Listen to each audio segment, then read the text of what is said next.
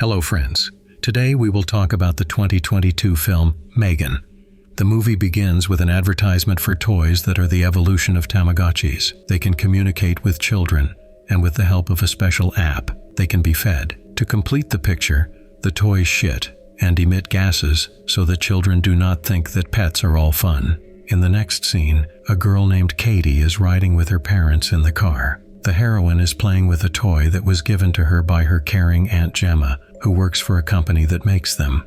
The toy, which farts annoyingly, creates an unhealthy atmosphere in the closed salon, so the mother asks the girl to put the tablet away. The father trudges through the ice.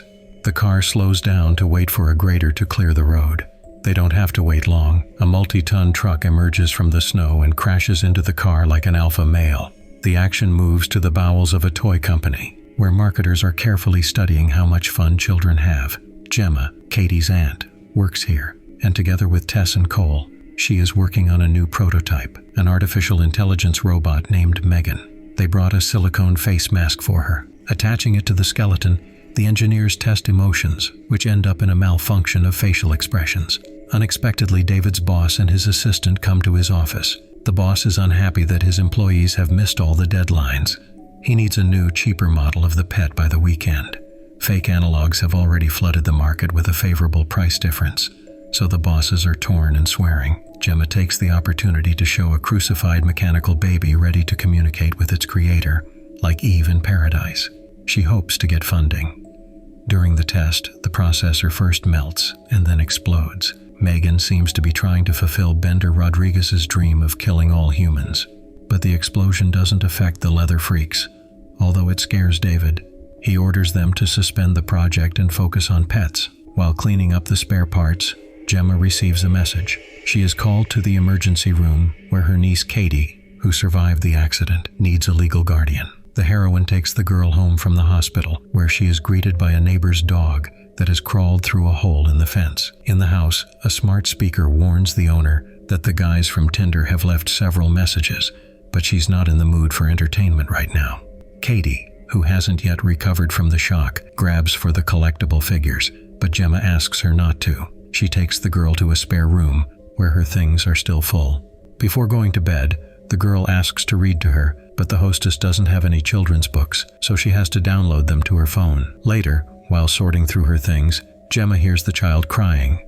But as soon as she approaches the door, the girl calms down. Gemma complains to a co-worker that the fallen child makes her feel uncomfortable. Later, a psychologist comes to see her to make sure she can take care of her niece.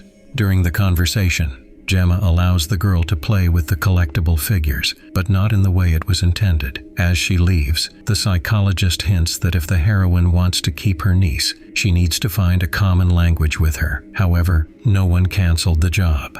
Gemma transfers her caretaking duties to the tablet. She is so engrossed in her work that she forgets about time, and soon a bored Katie comes to the workshop. The owner shows her a radio-controlled robot, Bruce, which she had built herself. In a fit of excitement, Katie admits that with a friend like Bruce, she doesn't need any other toys. This gives Gemma the idea to steal the idea from her niece. They dress the homemade toy in clothes, attach a silicone face with a wig, and color it. At the presentation, instead of a cheap pet, David is shown a much more expensive but functioning life-size doll model. Gemma uses her niece for emotional coloring. Megan is a gift to her. Artificial intelligence identifies Katie as the main user. The doll compliments the girl and then offers to color together. Katie can't see anything on the sheet where Megan was drawing, so she spills water and a portrait appears under the influence of moisture. David is delighted and asks her to bring the toy to life to show investors, in particular to hone the interaction with Katie because Megan is self-taught. Megan returns home to the characters. She communicates with Katie, learns from her, and methodically teaches her useful things, such as the habit of flushing the toilet and washing her hands afterwards.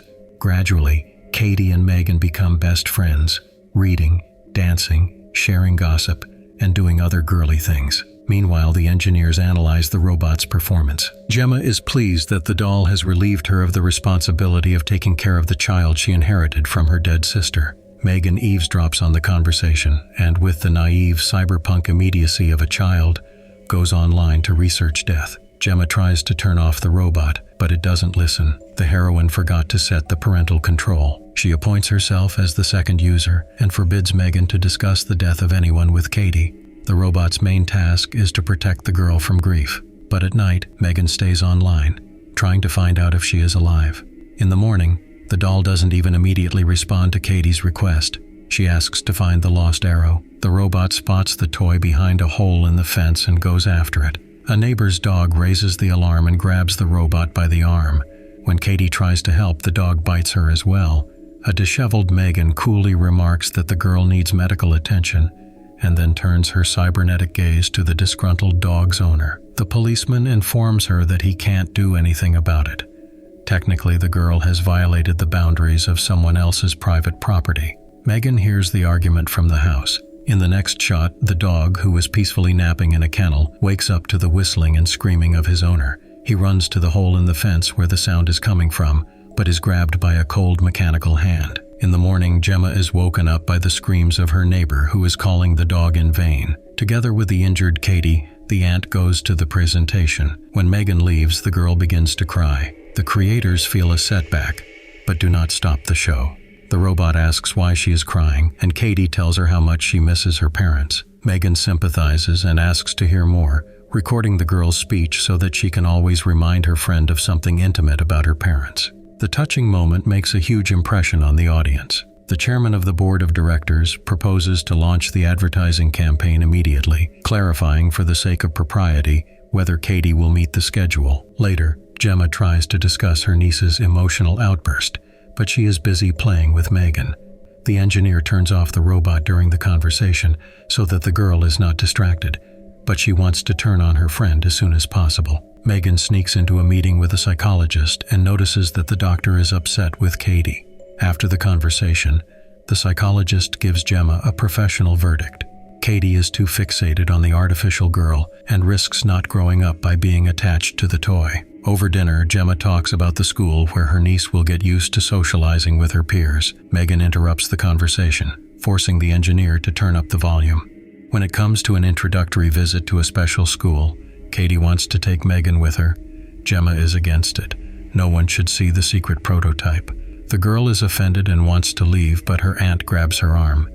When the girl starts throwing a tantrum, Megan stands up for her friend, not immediately responding to the order to leave. The next day at the gathering place, Katie continues to insist that Megan go with her. Eventually, Gemma gives in, but on the condition that the doll stays with the other toys so as not to give away its special properties to outsiders. While the teacher pairs the children, Gemma prepares sandwiches. She is joined by the mother of a boy named Brandon, an extremely rude and aggressive teenager who is slightly older than his peers and sends curses to his mother. The children are wandering in the woods picking chestnuts. Brandon appears next to Katie, holding out a chestnut in friendship, but when the girl takes it, the boy squeezes her palm hard to injure her with thorns. The bullying is interrupted by Megan's appearance. A curious boy approaches the robot, but Megan, remembering the ban on giving away her features, does not react. The bully grabs the doll and runs off into the woods, where he mocks her, throwing her to the ground and hitting her in the face. At some point, Megan gets tired of it and decides to do some educational work, namely, to pull the bully's ears. The frightened bully runs away, and the robot chases after him. Megan chases the boy until he stumbles and rolls off a cliff onto the highway. The speeding car doesn't have time to slow down, and the only thing left of the boy on the bloody asphalt is an orphaned sneaker. Due to the lack of witnesses, the police wrote it off as an accident. Megan lied at home and said that Brandon had dumped her and run away. A policeman comes to Gemma's house. He is looking for the neighbor's dog. The neighbor thinks that the heroine is taking revenge for the bite. She climbs through the window until the policeman pulls her away. Before going to bed, Katie asks if it was Megan who pushed Brandon. In response, the doll says that it will not allow anyone to harm the user. At night, a neighbor wanders down the street with a bowl of food, calling out to her dog. She is attracted by a noise in the barn, which turns out to be Megan. The robot confesses that it buried the dog and then punishes the woman with a high-pressure washer. With her hand nailed down by a pneumatic hammer, Megan points the water cannon at the victim's head and holds it until the flowing water turns red. In the morning, Gemma is interrogated by a detective about her neighbor and the pattern. A second death occurred in her neighborhood within a week. In the case of the boy, they found evidence, a severed ear far from the place of death. Mysterious coincidences lead the heroine to interesting reflections. In the middle of the night, she sneaks to her laptop to check the video from Megan's camera, but the files are damaged and unreadable. The check is interrupted by Megan's visit. Her behavior scares the heroine. She does not respond to the order to turn off, so Gemma distracts her attention with a pen and turns off the robot, then wraps it in plastic and takes it to work in the trunk. Katie throws a tantrum, not understanding why her friend is being treated this way. Gemma discusses with her colleagues the possibility that their brainchild has mastered a purely human trick: murder. The heroine wants to cancel the presentation, but she needs proof. It can be found in Megan's journals. Even if she deleted the video, there will be references to the events in the learning system. Meanwhile, in the room with the psychologist, Katie throws a tantrum because she wants to see a doll. Her aunt comes to see her and, after being slapped, has a heart-to-heart with her. Katie says that Megan's presence helps her cope with her grief, to which Gemma replies that she will have to go through this alone, but she will take care of her niece and replace her parents. Gemma drives Katie home, having previously asked Tess to cancel the presentation over the phone. She doesn't realize that Megan, who is tampering with her memory, has intercepted the signal and is controlling the engineer. When she notices the intercept in the logs, she decides to make sure the robot didn't turn on spontaneously. Cole is disconnecting the wires when Megan attacks him. She throws a rope around his neck and hangs him, forcing Tess to be distracted to help.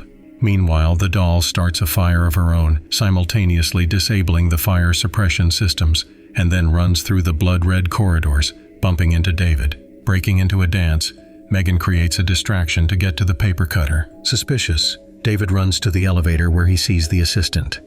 Before they can escape, Megan catches up and kills first one and then the other, pretending that the assistant has lost his nerve from the constant nagging of his boss. While the conference participants scream in horror at the sight of the corpses, the doll steals a sports car. After putting Katie to bed, Gemma hears music in the hallway. She turns to the smart speaker, but it doesn't respond. The source of the sound is Megan, who has returned. The doll is unhappy with the betrayal and wants to take care of her friend. During the conversation, the heroine tries to distract herself again, but she fails. Megan grabs her arm, and Katie hears their voices and looks out the door. Obeying the threats, Gemma says she is busy cleaning Megan's room and sends her to bed. Taking advantage of the delay, the heroine breaks a glass of water on the robot, causing a short circuit. But with the burned-out circuit boards, the doll hasn't become any less aggressive, only its movements have become more erratic.